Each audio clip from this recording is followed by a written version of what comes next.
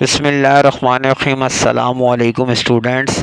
अच्छा भाई, first year की फ़िज़िक्स की न्यू बुक है और आज हम इसका chapter number 1 physics and measurements इसको करने जा रहे हैं। टाइम की बहुत कमी है और ये मेरा फ़र्स्ट मतलब लेक्चर है फ़िज़िक्स के लिए, और इसमें मैंने कोशिश ये की है कि आपको सबसे पहले मैंने वर्क करके दे दिया, यानी एक्सरसाइज वर्क करके दे दिया है, ताकि आप लोगों को एक्सरसाइज वर्क पहले मिल जाए।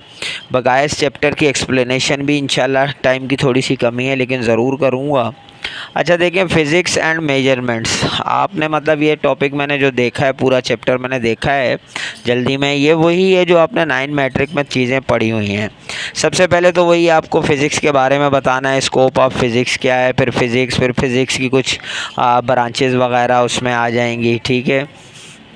फिर फ़िज़िक्स का स्कोप क्या है भाई, साइंस टेक्नोलॉजी एंड सोसाइटी में ज़ाहिर है फ़िज़िक्स साइंस से ही रिलेटेड है, और साइंस जो है वो रिलेटेड है आपकी सोसाइटी के साथ, तो बहुत बड़ा इसका रोल है। ये भी आप छोटी क्लासेस से पढ़ते हुए आ रहे हैं, इसमें कोई ऐसी ख़ास चीज़ नहीं है।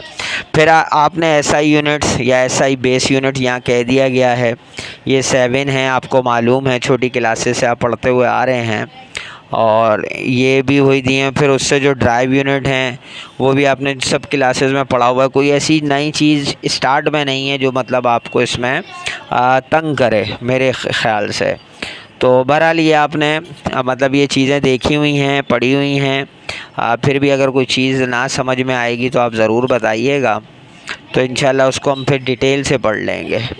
बकाया जो इस चैप्टर में असल चीज़ है, सबसे पहले मेजरमेंट टेक्निक्स, जैसे लेंथ है, मास है, ये सब आपने इसमें जो है इनको जो मेजरमेंट्स कहते हैं, नापना, पैमाइश करना, तो इनको नापने की, पैमाइश करने की एक टेक्निक्स होती है। हर चीज़ के लिए अपनी टेक्निक और अपनी ही इंस्ट्रूमेंट्स हैं, और उसी चीज़ से उनको चेक किया जाता है। अब जैसे यहाँ पे टेम्परेचर है, उसके लिए थर्मोमीटर है, ठीक है। इसी तरह वोल्ट मीटर, एमामीटर, ये जो है इलेक्ट्रिकल क्वांटिटीज़ को नापते हैं, मेजरमेंट करते हैं।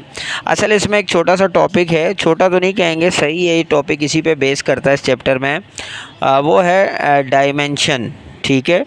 अच्छा, साथ साथ ये जो है एक्सरसाइज वर्क चल रहा है, मैंने एमसीक्यूज़ भी सॉल्व कर दिए हैं, उनको रीड करूँगा तो फिर उसको थोड़ा सा जो एक्सप्लेनेशन है वो नहीं कर पाऊँगा। और इसी तरह मैंने शॉर्ट क्वेश्चन आंसर जो हैं 12 वो भी कर दिए हैं, आप इसमें से देख लीजिएगा। मैं थोड़ा सा आपको चैप्टर की हाव नाव दे रहा हूँ, मतलब इतना ज़्यादा एक्सप्लेन तो नहीं कर पाऊँगा, मैं बता रहा हूँ टाइम की थोड़ी सी कमी है। बहरहाल इंशाल्लाह नेक्स्ट जो मेरी वीडियो होगी उसमें इंशाल्लाह ज़रूर इसको और डिटेल से थोड़ा सी बात करेंगे।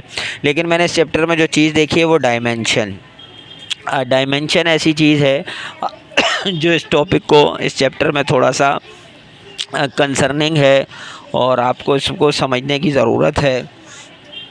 जो डायमेंशन होती है चीज़, उसमें ये होता है कि जो आपके पास बेस क्वांटिटीज़ होती हैं, ठीक है, जो बेस यूनिट होते हैं उनसे जो ड्राइव यूनिट्स बनते हैं, उसमें इसका इस्तेमाल या उसमें इसकी इन्वॉल्विंग है। जैसे पेज नंबर 9 में लिखा हुआ है, dimension, the nature of a physical quantity is known as dimension. The dimension of length, mass and time is donated by L, M, T respectively. Also for electric current A and thermodynamic temperature is K. As dry quantity or products are constant, which means formula may differ but their dimensionality is equalized. अच्छा, इसकी सबसे ख़ास बड़ी वजह क्या होती है भाई, कि डायमेंशनल जो भी आप चीज़ मालूम करेंगे, जैसे यहाँ एक जगह मैं पढ़ दूँ, it involves analyzing the dimensions of each term in an equation to ensure that the units on both sides of the equation are equivalent. तो जो भी यूनिट्स होंगे दोनों साइड पर इक्वेशन के, वो इक्वल होने चाहिए, तभी वो डायमेंशनली सही होगा, नहीं तो वो क्या होगा कि वो जो आपकी इक्वेशन है वो इनकरेक्ट होगी, ठीक है। तो इसमें यानी dimensional analysis can also be used to drive equation for physical quantities by analyzing the dimension of the various term involved. आपने बेस क्वांटिटी से जो ड्राइव क्वांटिटीज़ हम ले बनाते हैं, उसमें ये इस्तेमाल होते हैं। पेज नंबर 10 पर अगर आप देखेंगे तो डायमेंशनल फार्मूला दिया हुआ है वेरियस फिजिकल क्वांटिटीज़ के। देखें एरिया है तो लेंथ मल्टीप्लाई बाय ब्रेथ आप पढ़ते हुए आ रहे हैं छोटी क्लासेस से, तो इसको डायमेंशनल फार्मूला है एल स्क्वायर। इसी तरह डेंसिटी है तो मास डिवाइडेड बाय वॉल्यूम है तो ml-3। मोमेंटम है मास मल्टीप्लाई बाय वेलोसिटी, तो मास के लिए m है और वेलोसिटी के लिए LT-1।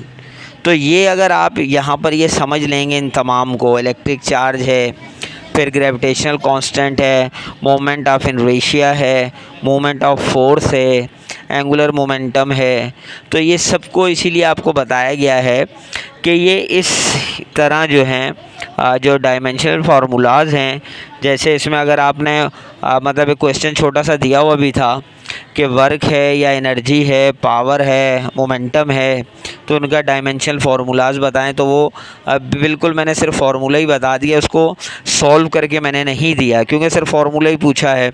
लेकिन अगर वो सॉल्व करके मतलब हम करेंगे तो वो ज़्यादा बात समझ में आने वाली है। जैसे मतलब एक अगर छोटी सी बात की जाए तो आप इसमें ये देखेंगे, जैसे कि मैं एक मिसाल देता हूँ, पावर है तो पावर का फार्मूला हम P=F/T लेते हैं, तो F जो है वो फोर्स है, तो फोर्स के लिए जो है हम ma भी ले सकते हैं, मास एक्सीलरेशन मल्टीप्लाई बाय एक्सीलरेशन, तो P=ma/T। तो मतलब इस तरह इसको जो है, अब आपको मालूम है जो स्मॉल m है वो डायमेंशन में कैपिटल M हो जाएगा, जो एक्सीलरेशन है a, ठीक है, वो LT-2 हो जाएगा, और जो नीचे t स्मॉल में टाइम है वो कैपिटल T हो जाएगा। तो अब पावर जो है वो m LT-2/T, ठीक है, और यही t ऊपर आके दोबारा ज़ाहिर है -1 हो जाएगा, तो ये LT-3 हो जाएगा, ये पावर का फार्मूला बन जाएगा m1L1T-3। तो इस तरह से इसको मतलब सॉल्व करके भी हम कर सकते हैं, मतलब मुश्किल नहीं है। अगर आपको छोटी क्लासेस के फार्मूलाज याद हैं पावर के, वर्क के, तो आप इसको बहुत आसानी के साथ सॉल्व कर सकते हैं, कुछ ऐसी मुश्किल नहीं है।